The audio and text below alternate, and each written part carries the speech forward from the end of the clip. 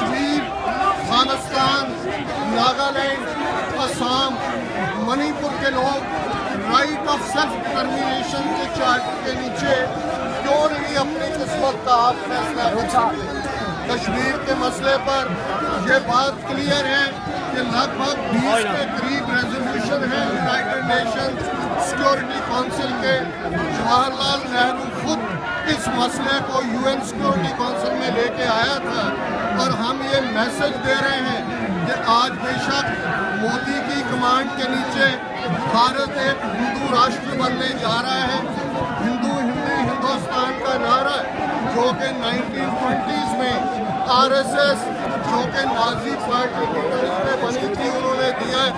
آج یہی بات نہیں کہ وہاں گجرات میں مسلمانوں کے ساتھ کیا ہوا ہے، پنجاب میں سکھوں کے ساتھ کیا ہوا ہے، کشمیر میں کیسے 1 لاکھ سے زیادہ لوگ ہندوستانی فوج جس کی گنتی 7 لاکھ ہے، جو کہ ہائیسٹ کنسنٹریشن ہے any where in the world. اور میں ایک کامنٹ دیکھ رہا تھا وہاں سے، ایک آرمی بریفنگ نے کہا کہ جی کشمیری کہتے تھے کہ انہوں نے ہمارے 70,000 ہم نے اب 70,000 کشمیری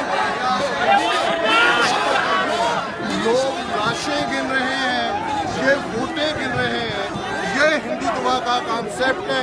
اور ایک بات میں کلوز کروں، علامہ اقبال جو صرف پاکستان کے ہی نیشنل شاعر نہیں ہیں، ساؤتھ ایشیا کے بہت بڑے انٹلیکچوئل ہوئے، اور انہوں نے جب سکھوں مسلمانوں کے قریب ہونے کی بات کہی تو بابا نانک پہ انہوں نے ایک شعر کہا جو کہ بانگے درا کتاب میں ہے۔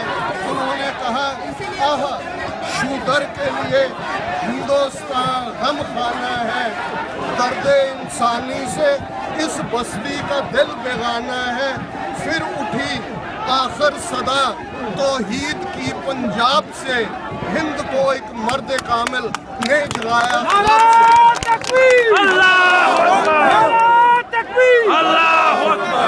تو یہ توحید سکھوں اور مسلمانوں کو ایک ساتھ رکھتی ہے۔ وہاں بھی ہمارا دشمن ایک ہے۔ آپ نے بھی ایک پوری جنریشن 2 جنریشنز آپ کی ماری۔ پنجاب میں 1 لاکھ سے زیادہ سکھ نوجوان ان آئیڈینٹیفائڈ کارپس بنا دیے گئے۔ ہماری منزل ایک ہے، ہمارا دشمن ایک ہے، اور ٹوگیدرنس کے ساتھ میں کلوزنگ پہ 2 سلوگن لاؤں گا۔ پہلا انڈیا آؤٹ آف، آپ کہیں گے کشمیر، اور دوسرا India out of Khalistan. India out of Kashmir, India out of Kashmir, India out of Kashmir, India out of Kashmir, India out of Khalistan. Thank you very much, خدا حافظ۔ اب میں سردار